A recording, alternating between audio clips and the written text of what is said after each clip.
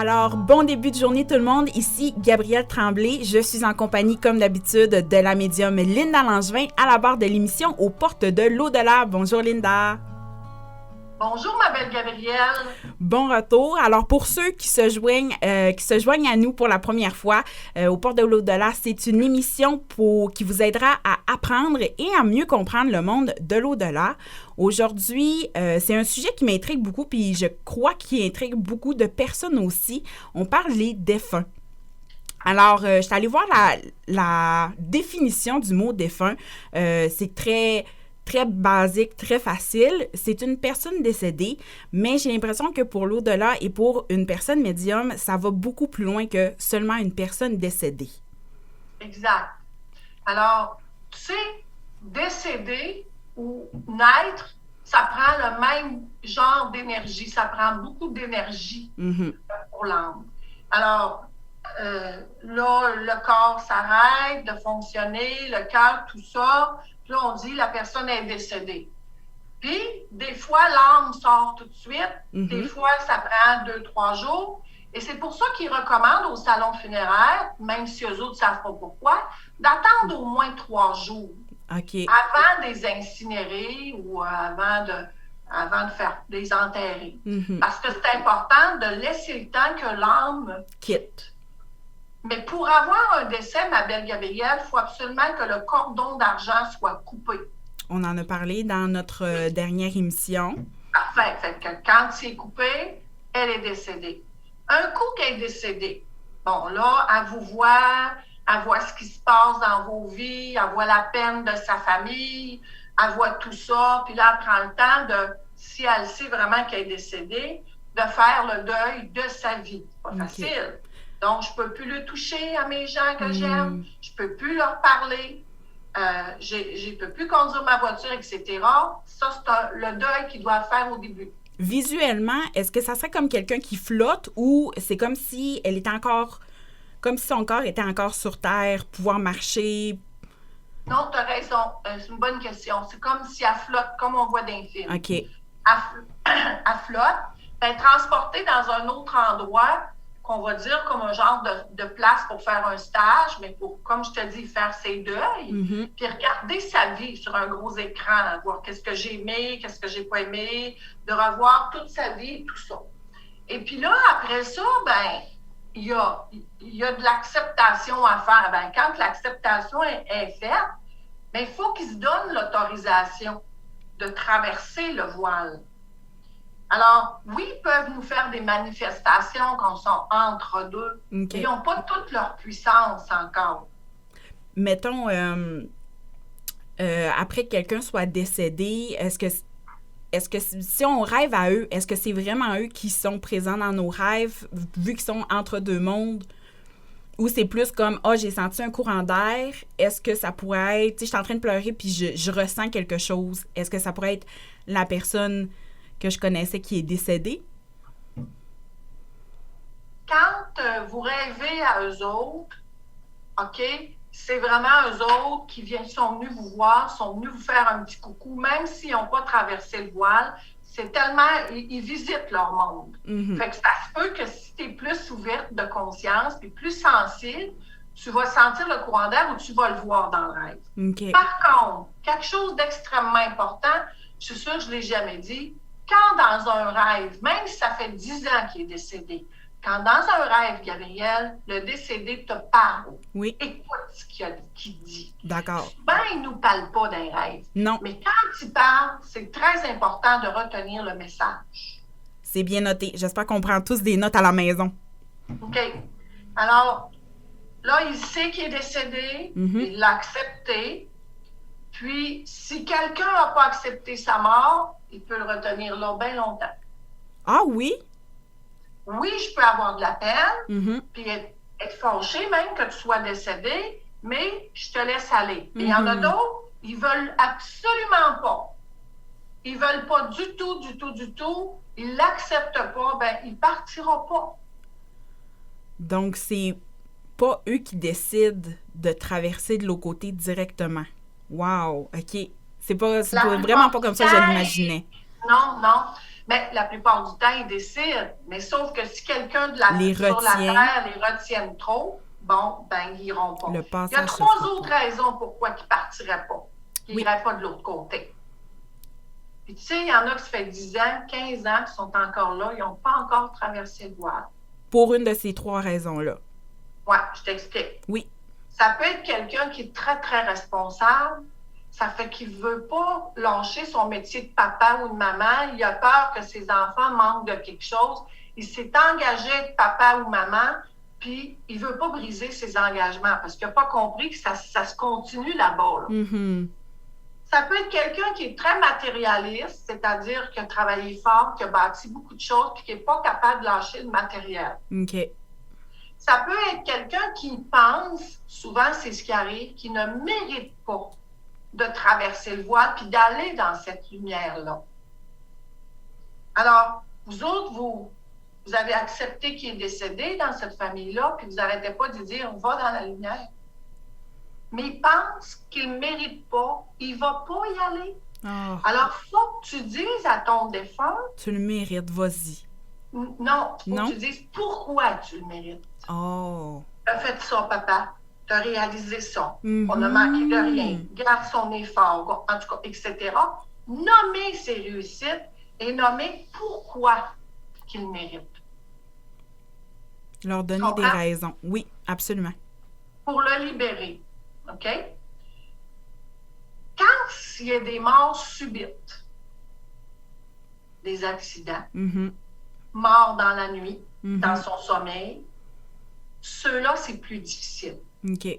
Pourquoi? Ils n'ont pas été préparés parce qu'ils n'ont pas eu de longues maladies. Ils ne s'attendaient pas à mourir. C'est pas juste qu'ils l'acceptent pas, ils ne savent pas qu'ils sont morts. Alors, ça prend quelqu'un de fort dans la famille qui dit, là, papa, tu as terminé ta vie, tu es décédé, tu as fait vraiment ton possible, tu continues à nous aimer, nous autres aussi, mais tu peux plus être avec nous autres dans le monde des vivants. Oui, tu nous vois, mais tu es mort. Fait que là, il y a un temps d'acceptation, il ne croit pas, lui, là. Parce qu'il essaie de communiquer, puis il n'y a personne qui le voit ou qui l'entend, fait qu'il finit par s'apercevoir qu'il parle dans le vide. OK. Mais savais-tu, même les morts subites, c'est comme ça? Non, j'en avais aucune idée. Tu sais, la grand-maman qui a 80 ans, là, demain matin, je vais aller faire mon épicerie, ma petite fille va venir me chercher, elle prépare sa journée, elle ne le sait pas qu'elle va décéder durant la nuit. Là, elle arrive de l'autre bord, elle est tout mêlée, qu'est-ce qui se passe? Elle ne comprend pas qu'elle est décédée, là, elle. Comprenable, effectivement. Oui. Fait qu'avant qu'on aille dans le voile, tant qu'on a traversé le voile, je veux dire quelque chose. Oui. On dit souvent, tant qu'ils n'ont pas traversé le voile, vous ne devriez pas rien leur demander. Parce que, Gabriel, c'est comme si eux autres, ils cheminent, là. Puis ils ont plein d'amour dans leur cœur pour vous, là, qui sont responsables. Oui. Puis là, Gabriel, elle lui demande une nouvelle job. Hop là. Il arrête son cheminement. Viens, il tombe à Gabriel pour essayer d'aider Gabriel. Donc, vous retardez le cheminement et nous autres, on dit, vous devriez attendre au moins 11 mois avant de leur demander quelque chose. On peut le demander, il faut juste attendre qu'ils soient passés de l'autre côté. Oui, puis ils aiment beaucoup ça aider quand ils sont rendus là au bord. Mais ce que vous pouvez faire, leur dire que vous les aimez, leur dire ce qu'ils ont fait de beau, ou leur dire que vous ennuyez d'eux, mais pas de demande. OK? Puis quand ils ont traversé le voile, ils sont très contents de vous aider. Ils ont toute la puissance, puis ils ont toute la lumière possible, puis toutes les forces pour pouvoir faire beaucoup de choses. Et puis si tu lui demandes quelque chose qu'il n'est pas capable de faire, il va aller chercher quelqu'un d'autre ou des anges ou d'autres guides qui vont l'aider parce qu'ils veulent aider les humains. Ah, c'est gentil. En ayant des... Oui. Oui, vas-y. Ben non, en fait, j'allais demander, en ayant des pouvoirs, est-ce qu'il y a des spécialités? Est-ce que tout le monde a les mêmes pouvoirs? Est-ce que tout le monde peut faire la même chose? Bon, j'en venais à ça. Nos idées se sont rencontrées. Ça va selon leur spécialité. Alors, ma tante Germaine, qui passait son temps à trouver des chums à tout le monde, qui était une espèce d'entremetteuse, Mhm. si tu as une peine d'amour ou si tu cherches un chum, tu peux demander à ma tante Germaine, elle était déjà bonne là-dedans. Oh! Fait que c'est comme si c'était devenu exponentiel. Oui, ça reste dans leur puissance. Celle qui guérissait tous les petits bobos qui avaient des petits onguents, ça finissait plus. T'es malade, demande à elle. Elle va t'aider. Tu comprends? Oui. Puis comme je t'ai dit, s'ils n'ont pas la force, ils vont aller chercher d'autres pour les aider. C'est super intéressant. Autre chose, ce que j'ai su, c'est qu'ils vont avoir le visage. Mettons que ta mère est morte à 75. Mhm. Puis quand tu rêves à elle, elle a à peu près 40 ans. Oh. Ils vont avoir le visage, ce que les guides m'ont dit, de l'âge où il était le plus heureux dans la vie. C'est magnifique. Ah, je suis heureuse. Juste entendre ça, ça me rend heureuse. On dirait que je suis contente pour toute personne. Quoi qu'il en soit, ma belle Gabrielle, leur visage ne changera pas tellement pour une raison bien simple. C'est que quand nous, on va traverser pour qu'on les reconnaisse. Ah! Mettons, question ici. Quelqu'un a eu un accident, s'est fait défigurer. Quand il va traverser de l'autre côté, peu importe, même s'il a été défiguré, il va pouvoir avoir le visage de l'âge où il était le plus heureux. Oui, plus jeune, il va avoir un visage plus jeune, tout réparé, tout ça. Ah. Fait que quand ils sont rendus l'autre bord, le corps physique s'harmonise, ça dégage beaucoup d'énergie, ils vont chercher toutes les connaissances qu'ils veulent, ils peuvent juste se reposer avec leurs amis puis les gens décédés qu'ils connaissent. Ils vont toujours checker un peu vos vies, ces caméras, voir qu'est-ce que vous faites, comme un téléroman. Et ils peuvent aussi prendre une job. Ah oui? Oui. Bon, on travaille même de l'autre côté. Certaines personnes. Certaines personnes. J'ai vu l'autre jour une madame qui travaillait pour les femmes battues. Wow. J'ai vu une grand-maman qui s'occupait des petits bébés morts-nés pour les laver, les purifier avant de les envoyer aux anges. Puis il y en a qui n'en ont pas de job. C'est eux autres qui décident. Il y en a qui étudient. Il y en a d'autres qui font juste découvrir puis balader. Autre chose, oui. Ça a l'air, ça je ne le savais pas, je l'ai lu dans un livre, ça a l'air qu'on voit ce qu'on aimait. C'est-à-dire que si tu n'aimais pas la musique, tu n'entendras pas. Ah. Et si tu aimais la musique, tu vas voir, tu vas entendre des beaux chefs-d'œuvre. Si tu aimais les fleurs et les arbres, tu vas avoir des paysages terribles, extraordinaires. Ça va selon ce que vous aimiez comme goût. Ça devient un peu le monde parfait qu'on désire. Pardon? Ça devient un peu le monde parfait qu'on désire. Tu sais, on se fait plein d'idées, puis moi, j'aimerais ça que ça soit comme ça, puis j'aimerais ça pouvoir faire du ski, puis jamais tomber, j'aimerais ça pouvoir chanter toute la journée. Si on le désire, on va pouvoir l'avoir. On va l'avoir, puis beaucoup plus beau, parfait. Parce qu'ici, il n'y a pas de perfection, mais dans leur monde, c'est la perfection. Oh. Alors, c'est l'endroit où ils peuvent tout faire. Puis souvent, les défunts me disent, c'est assez fun par la pensée, tout ce que je peux avoir puis faire. On est 3 gars ensemble, on construit une maison juste avec notre pensée. C'est tellement fun. C'est magique. Savais-tu qu'il n'y avait pas de pieds? Non. Oh, pas de pieds? Parce qu'ils n'ont pas besoin de s'ancrer à la terre, eux autres. Ils ne sont plus dans le matériel. Ça fait que je les voyais toujours pas de pieds. Je voyais des jambes, mais pas de pieds. Et un bon jour, mon petit-fils, qui avait à peu près 5 ans, lui, il a une image de son grand-père dans sa chambre, mais il ne l'a jamais connu, ce grand-papa-là. OK. Il dit, cette nuit, j'ai rêvé à grand-papa Gérard. J'ai dit, comment ça, tu ne l'as jamais vu? Oui, mais il dit, grand-maman, je connais la photo, fait qu'il est venu me voir. Mais il dit, c'est bien drôle. Il dit, il y avait un marteau dans les mains, mais il n'y avait pas de pied. Oh mon Dieu! Wow! Ils n'ont pas de pied. Ils n'ont pas de pied. Ouais. C'est intéressant. Je peux pas dire que je vois qu'ils ont des vêtements.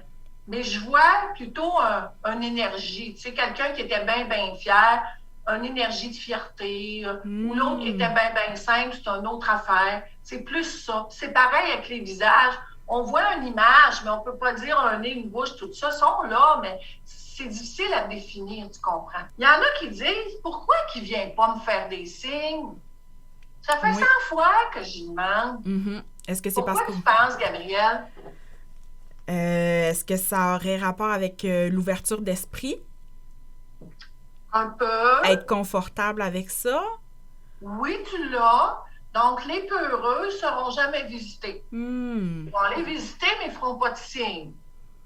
Alors que ceux qui sont ouverts, qui n'ont pas peur, ben ils vont y aller, ils vont faire un signe avec la lumière, ou avec un beau courant d'air, ou avec un parfum. Alors, eux autres sont ouverts et ils n'ont pas peur. Mais si vous êtes rendu là, demandez un signe clair. Papa, j'aimerais ça que tu viennes en petit colibri, ou je ne sais pas quoi. Alors, demandez un signe précis. Demandez-les. Puis de lui dire que vous êtes prêt. Oh, wow. OK. J'ai essayé ça. C'est noté. Est-ce qu'il rencontre les gens qu'il a aimés, qui sont décédés? J'aurais tendance à dire oui. Si on est dans un monde parfait. Oui. Mais ils vont selon ce qu'ils font. C'est-à-dire que papa, maman se sont aimés beaucoup dans leur vie. Ils n'ont pas tout à fait les mêmes goûts aujourd'hui. Fait que ça se peut qu'elle se tienne dans la bibliothèque, elle le voit de temps en temps, bonjour, bonjour, puis elle est contente de le voir, puis c'est le fun, mais ils ne passent pas tout leur temps ensemble.